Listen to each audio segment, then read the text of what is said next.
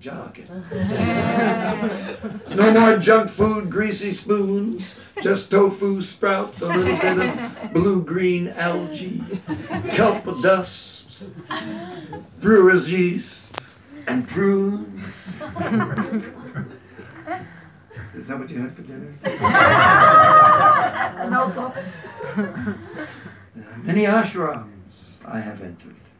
I'm calm, peaceful, and well-centered. Every guru has told me, who I am is who I be. Yes, I have done forgiveness and gestalt. Now nothing's anybody's fault. You're all off the hook. So yes, I became a yoga guy. And ever since then, I've been a yoga practitioner. I taught integral yoga for 15 years. And since then, I've been a traveling troubadour, traveling around, performing in various places like this. And it's been a great blessing to have known such a one as Swami Vishnu.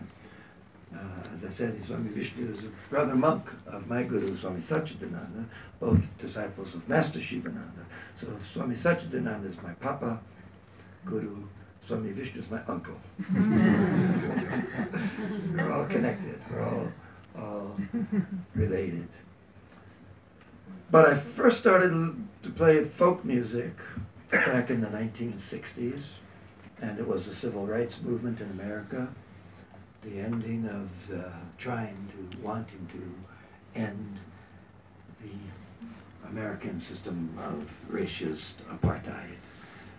And I participated in a few marches and learned the songs of freedom and sang folk songs in that era, the era of Joan Baez and Bob Dylan and Peter Paul and Mary and Richie Havens and Phil Oakes and all the great folk artists of that era who were singing songs of social conscience. And then in the summer of 1963, I was 17 years old, just graduated high school.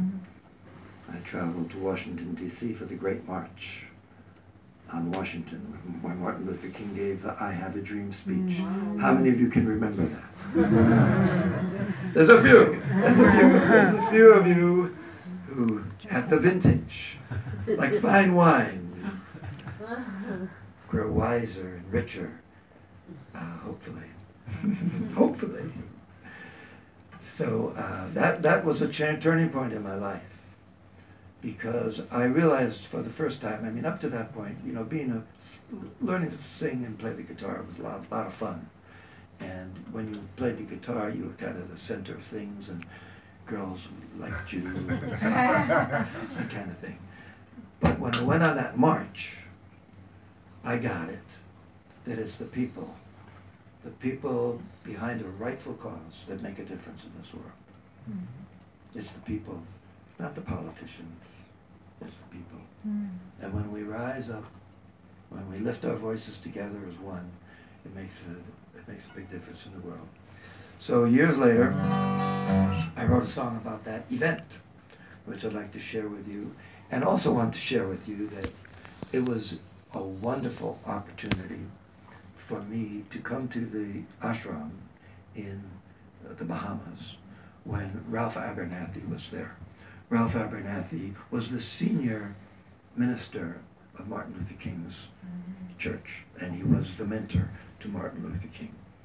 And he was there when Martin Luther King was shot on the balcony of the Lorraine Hotel in Memphis. And so I had a chance to meet Ralph Abernathy and talk with him and learn more deeply about how social movements begin, how they get strategized, how they bring people to an awareness that a social shift is happening and that we make it so. We are the ones who make the difference. And when we make the difference and we come together, then the politicians have to listen to us. Because we vote. Because we have economic power. because we're important. So, this is called, I sang a song about the dream before, this is called We Carry the Dream.